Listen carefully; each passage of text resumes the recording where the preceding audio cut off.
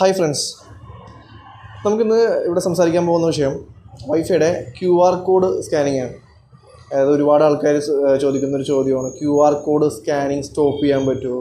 ഒരുപാട് ആൾക്കാർ ഇതുകൊണ്ട് ദൂഷ്യഫലങ്ങൾ അനുഭവിക്കുന്നുണ്ട്. കാരണം നമ്മളിപ്പോൾ നമ്മളൊരാൾക്ക് നമ്മുടെ വൈഫൈ പാസ്വേഡ് പറഞ്ഞു കൊടുക്കുന്നതല്ല, നമ്മളത് അവരുടെ മൊബൈൽ മേടിച്ച് നമ്മളത് എൻ്റർ ചെയ്ത് കൊടുക്കും, ടൈപ്പ് ചെയ്ത് കൊടുക്കും. അവർ കാണാതെ തന്നെ എൻ്റർ ചെയ്ത് കൊടുക്കും. കാരണം വെച്ചാൽ അവർക്കത് ഉപയോഗിക്കാനായിട്ട് നമുക്ക് കൊടുത്തുനിന്ന് വരാം.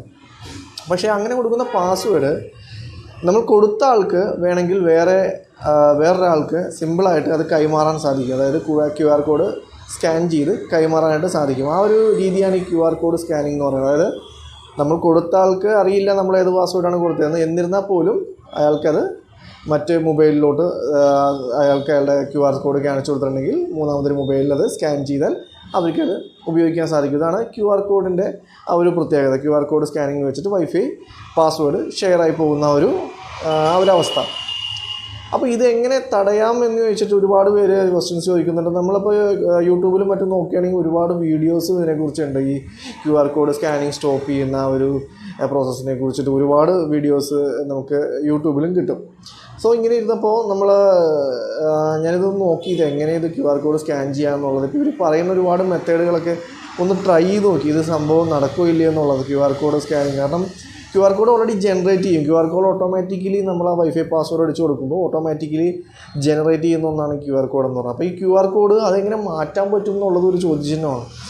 അപ്പോൾ അത് എന്തായാലും നമ്മൾ ആ വൈഫൈ പാസ്വേഡ് അടിച്ച് കൊടുക്കുമ്പോൾ നമ്മളായിട്ട് തന്നെ അടിച്ച് കൊടുക്കുന്നതാണ്. നമ്മുടെ മൊബൈലിൽ നമ്മുടെ വൈഫൈ പാസ്വേഡ് നമ്മളായിട്ട് തന്നെ അടിച്ച് കൊടുക്കണം. അപ്പോൾ ഓട്ടോമാറ്റിക്കലി ആ ഒരു QR കോഡ് ജനറേറ്റ് ആവുകയാണ്. അപ്പോൾ ഇത് എങ്ങനെ തടയാൻ പറ്റുമെന്ന് വെച്ചിട്ടുണ്ടെങ്കിൽ നമ്മളായിട്ട് തന്നെ കൊടുക്കുന്നതാണ് അത് QR കോഡായിട്ട് ജനറേറ്റ് ആവുന്നത്. ഓരോ IP അതായത് ജനറേറ്റ് ആകുമ്പോഴും ആ ഒരു QR കോഡും അതനുസരിച്ച് നമ്മുടെ ആ ഒരു സ്റ്റാറ്റിക്കായിട്ട് തന്നെ നമ്മൾ സെറ്റ് ചെയ്താൽ പോലും ആ ഒരു QR കോഡ് അവിടെ ജനറേറ്റ് ആവും. സോ ഇതെങ്ങനെ തടയാമെന്ന് വെച്ച് വീഡിയോ കണ്ടപ്പോൾ ഒരുപാട് വീഡിയോസ് കൊടുത്തിട്ടുണ്ട്. ചിലതിൽ നമ്പർ ഓഫ് ഡിവൈസസിൻ്റെ എണ്ണം കുറക്കുക, ഇപ്പോൾ 5 ഡിവൈസായിട്ട് കണക്ട് ചെയ്യുന്ന വിധത്തിലാക്കി സെറ്റിങ്സിൽ മോഡം പേജിൽ ആക്കി കൊടുത്തിട്ടുണ്ടെങ്കിൽ അപ്പോൾ ആ ഒരു ഡിവൈസിന് മാത്രമേ കണക്റ്റ് ആവുകയുള്ളൂ. ചിലവർ WEP സെക്യൂരിറ്റി സ്റ്റാൻഡേർഡിലോട്ട് മാറ്റുക. അതായത് വൈഫൈ സെക്യൂരിറ്റി സ്റ്റാൻഡേർഡിൻ്റെ ആദ്യത്തെ ഒരു മെത്തേഡാണ് WEP എന്ന് പറയുന്നത്. WEP എന്ന് പറഞ്ഞാൽ 5 പാസ്വേഡ് ഇട്ടിട്ട് സെറ്റ് ചെയ്താൽ മതി, അപ്പോൾ QR കോഡ് കാണിക്കില്ല എന്നൊക്കെ പറഞ്ഞ്.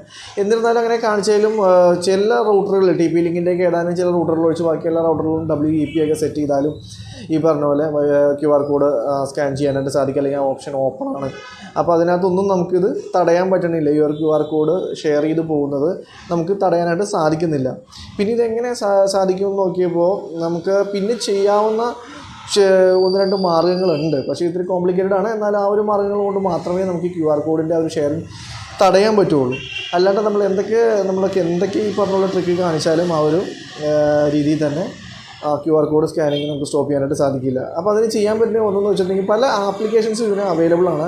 അതായത് ഇത്തരത്തിൽ ചെയ്യാൻ പറ്റും, ഈ ഡൗൺലോഡ് ചെയ്യുമെന്നൊക്കെ പറഞ്ഞാൽ അപ്പോൾ അതൊക്കെ ശ്രദ്ധിച്ച് ഡൗൺലോഡ് ചെയ്യുക. എന്തായാലും ഞാനത് അത്തരത്തിലൊരു ആപ്ലിക്കേഷനെ നമ്മൾ പരിചയപ്പെടുത്തുന്നില്ല. പിന്നെ സാധിക്കുന്നതെന്ന് വെച്ചിട്ടുണ്ടെങ്കിൽ നമുക്കറിയാം, ഈ ആക്സസ് പോയിൻ്റ് ഉൾപ്പെടെ ഉള്ള എല്ലാം നമുക്ക് കൺട്രോൾ ചെയ്യുന്ന ഒരു കൺട്രോളുണ്ട്.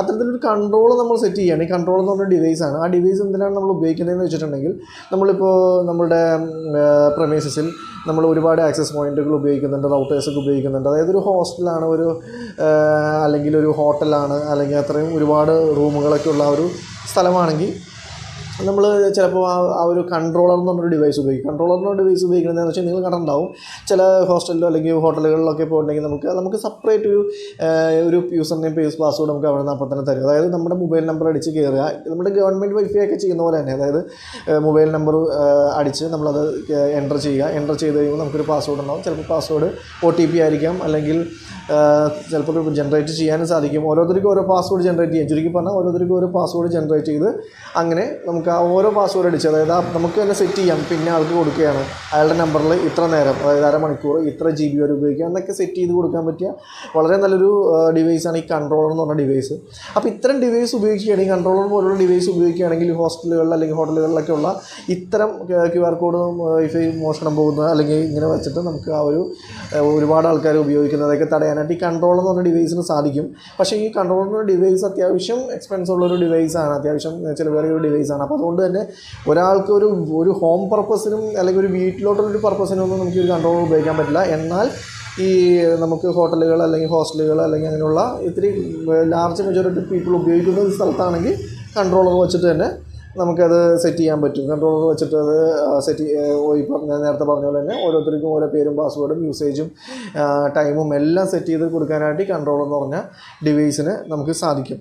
എന്നിരുന്നാൽ ഞാൻ ഈ എക്സ്പെൻസീവ് കൂടിയാണ്, നമുക്കൊരു ഹോം പർപ്പസിന് അത് നമുക്കത് മേടിക്കുക എന്നുള്ളത് അത്ര പോസിബിൾ അല്ല. ഇത്തിരി എക്സ്പെൻസീവ്, ചിലവ് എക്സ്പെൻസീവ്, അഫോർഡബിൾ ആയിട്ടുള്ളവർക്ക് ഓക്കെ, എന്നാൽ നോർമൽ ആളെ സംബന്ധിച്ചിടത്തോളം അത് പോസിബിൾ അല്ല.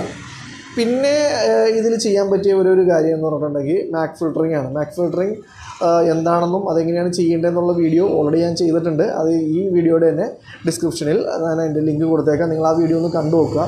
അതിൽ പറയുന്ന പോലെ മാക് ഫിൽറ്റർ ചെയ്യുക, അതായത് ഇപ്പോൾ നമുക്ക് കൊടുക്കേണ്ട, അതായത് വൈഫൈ കൊടുക്കേണ്ട ആളുകളുടെ ആ ഡിവൈസിൻ്റെ മാക് അഡ്രസ്സ്, അതായത് മൊബൈലായാലും ലാപ്ടോപ്പ് ആയാലും എന്തായാലും അതിൻ്റെ മാക് അഡ്രസ്സും അതിൻ്റെ സീരിയൽ അഡ്രസ്സ് നമ്മളുടെ റൂട്ടറിൽ, അതായത് നമ്മുടെ സർവീസ് പ്രൊവൈഡർ ചെയ്ത് തന്നിരിക്കുന്ന റൂട്ടറിൽ അതെല്ലാം വൈറ്റ് ലിസ്റ്റ് ചെയ്യുക. അതല്ലെങ്കിൽ അത്ര സെറ്റ് ഓഫ് മാക് അഡ്രസ്സുകൾ നമ്മളത് കൊടുക്കും, റൗട്ടറിന് കൊടുക്കും. ഇത്രയും വൈഫൈ ഇതാണ് അതിൻ്റെ അതായത് മാക് അഡ്രസ്സുകൾ ഇന്ന ഡിവൈസിൽ മാത്രമേ കണക്ട് ചെയ്യാൻ പാടുള്ളൂ, വൈഫൈ കൊടുക്കാൻ പാടുള്ളൂ, ബാക്കി ഒന്നും കൊടുക്കാൻ പാടില്ല എന്ന് പറഞ്ഞ് ഫിൽറ്റർ ചെയ്യുന്നതാണ് മാക് ഫിൽറ്ററിംഗ് എന്ന് പറയുന്നത്. ഇത് ബ്ലാക്ക് ലിസ്റ്റ്, വൈറ്റ് ലിസ്റ്റ് എന്ന് പറഞ്ഞ് 2 തരമുണ്ട്.